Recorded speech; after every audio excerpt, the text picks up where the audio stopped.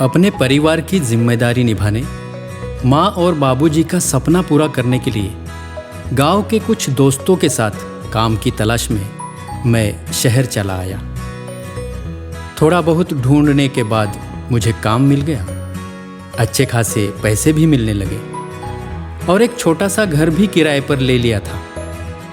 सोचा घर में फ़ोन करके बता दूं कि कुछ ही दिनों बाद सबसे मिलने मैं गांव आ रहा हूं और सभी के लिए कुछ चीज़ें भी ले रखी है। वो लौटने के बाद ही बताऊंगा। फ़ोन रखा ही था, तभी सरकार की तरफ से एक फरमान आ गया। शहर में महामारी दस्तक दे चुकी है। कृपया कोई भी अपने घर से बाहर ना निकले, घर में ही रहे, सुरक्षित रहे। सब कुछ बंद होने की वजह से राशन पानी जमा पूंजी थी वो खत्म होते जा रही थी। कुछ मदद हो इसलिए ठेकेदार से पैसे मांगे तो उसने भी देने से इनकार कर दिया। इधर मकान मालिक भी घर खाली करने के लिए परेशान कर रहा था। तभी एक खबर आई, सरकार गांवों के लिए एक स्पेशल ट्रेन चला रही है। अपने दोस्तों के साथ दौड़ते हुए स्टेशन पहुंचा। वहाँ बहुत भीड़ थी और पता चला कि किसी ने बातों बातों में हमारे साथ मजाक किया था।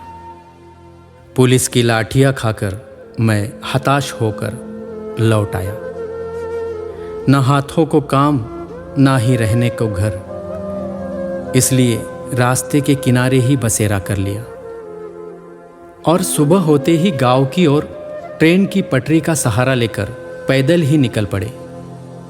तब मन में सवाल उठा, काश विदेश से उड़कर आए लोगों की अच्छी तरह से जांच पूछताछ की होती तो हमें शहर छोड़ने की नौबत ही ना आती। बहुत ज़्यादा चलने से थकान महसूस होने लगी। बहुत रात हो चुकी थी। किसी भले आदमी ने दी हुई रोटियां खाकर कब आंख लग गई पता ही नहीं चला। उसी वक्त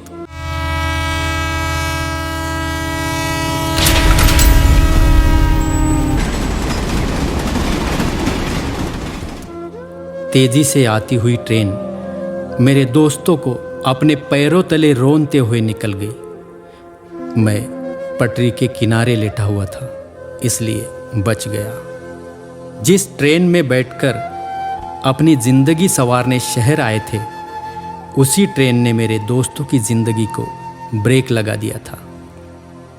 घिसी हुई चप्पलें मेहनत बया कर रही थी।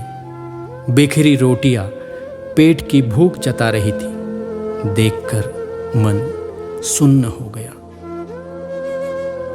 फिर रास्तों को नापते हुए अकेला ही निकल पड़ा।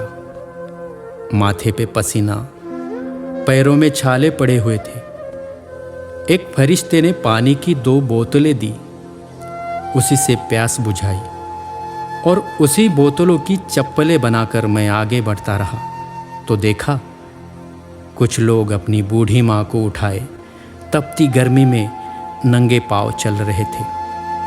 कोई अपने पिताजी को कंधे पर उठाए था। कुछ गर्भवती औरतें अपने भविष्य को संभालते हुए चल रही थी।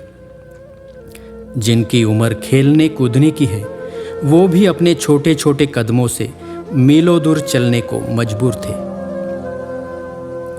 और एक तरफ उसी दौरान कुछ लोग फोटो खींच रहे थे हमारी कहानी बनाने के लिए।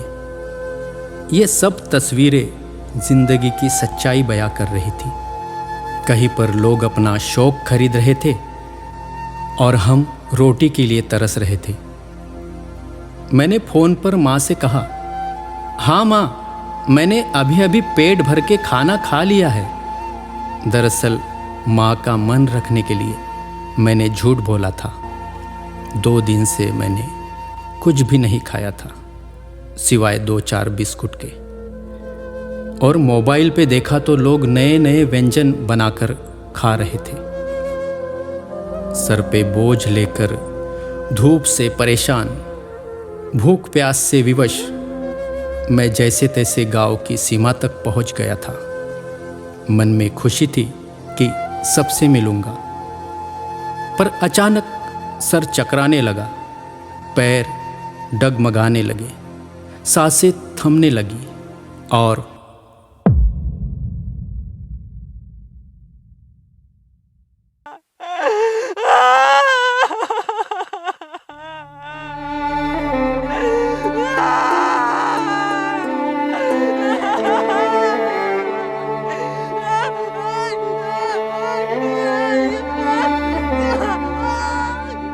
ये कहानी यही खत्म नहीं होती, क्योंकि ये किसी एक व्यक्ति की कहानी नहीं है और ये कब खत्म होगी अभी कोई नहीं बता सकता।